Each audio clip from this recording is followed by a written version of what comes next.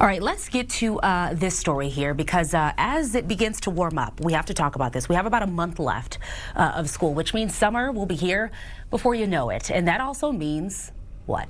Swimming season. It is not often you find a major city just like Minneapolis with so many options for swimming in lakes. But as we all know, as the summer goes on and those temperatures heat up, algae becomes a big problem, and that can be a problem for, of course, our pets along with ourselves. So joining us now is Debra Pilger, Environmental Management Director for the Minneapolis Park and Recreation Board. Debra, appreciate your time. I just wanted to kind of jump right in here and talk about algae, which we typically associate with hot temperatures, though, but we do know that growth kind of starts earlier in the season, right? And kind of depends on maybe weather, too? Yes, good afternoon. So yes, algae can actually start growing underneath the ice when the conditions are right, when there's not a lot of snow cover and there's sunlight penetration that gets through the ice. There can be algal growth that starts even before the ice leaves our lakes. So can you talk a little bit about how your team responds to that when in incidences of algae popping up at particular lakes? So the Minneapolis Park and Recreation Board has a really robust lake monitoring program. We're doing lake water quality monitoring, we're doing stormwater monitoring, we're doing bacteria monitoring at our beaches, and blue-green algae monitoring at our beaches. And that the water quality program is a year-round program, but the specific blue-green algae monitoring and beach bacteria really happen in the swim season between like Memorial Day and Labor Day. So we have a lot of data on these lakes. We've been monitoring the water quality for nearly 3 decades. We've been doing beach bacteria monitoring since 2003, and we just started this algal bloom monitoring program about 5 years ago. So we're learning a lot about how kind of what's happening in the lakes on a regular basis, and trying to communicate to people about what to watch out for. So our staff are out once a week during that beach season from Memorial Day to Labor Day. They're collecting bacteria samples at the beaches to make sure that the levels are within an acceptable level for swimming. And then they're also doing both like a visual monitoring assessment of the beaches for algae, and we're also taking water samples to look for algal toxins and ensure both the bacteria levels and the algal toxin levels are within acceptable levels for people to be able to use the beaches and swim and do so in a safe and healthy manner. Yeah, and a really important job, of course, as we, again, begin to warm up and a lot of people want to hit those beaches and lakes. I know at least from my perspective, I know sometimes I'm a little hesitant about jumping in lake water.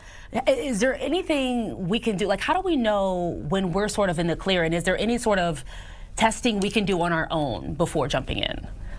So great question. So there are several things that people can do when they're making decisions about whether they're going to go into a natural water body in Minnesota. And as far as the bacteria levels go, we advise people to stay out of the water 48 hours after any significant rain event, because rain will wash off any pollutants, anything that's like on the streets, in people's yards, on the rooftops.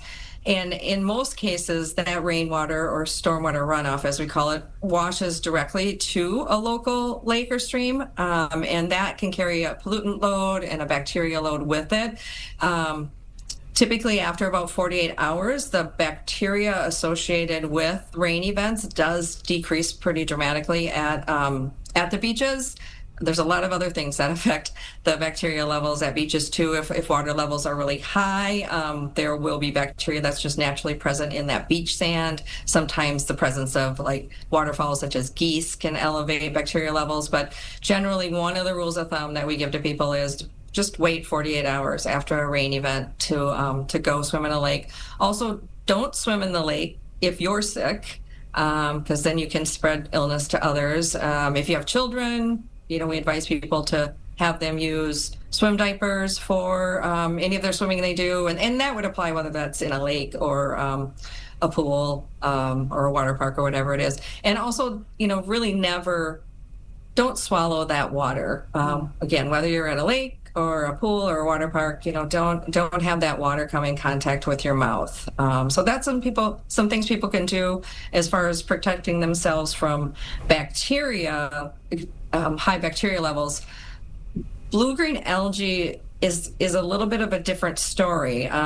Blue-green algae can also be on the increase when we have a lot of rain because it's bringing in a lot of that stormwater runoff, which is also a source of nutrients that will help feed the growth of that blue-green algae. And then when we get really high temperatures, it's kind of like your lawn or your garden at home. If you get a lot of rain, you get some nutrients, you get some warm weather, you're going to see a lot more growth of your grass or your garden plants. It's similar within our lakes with our aquatic plants and with algae and blue-green algae. Really warm temperatures especially will elevate the levels of blue-green algae and algae in our lake.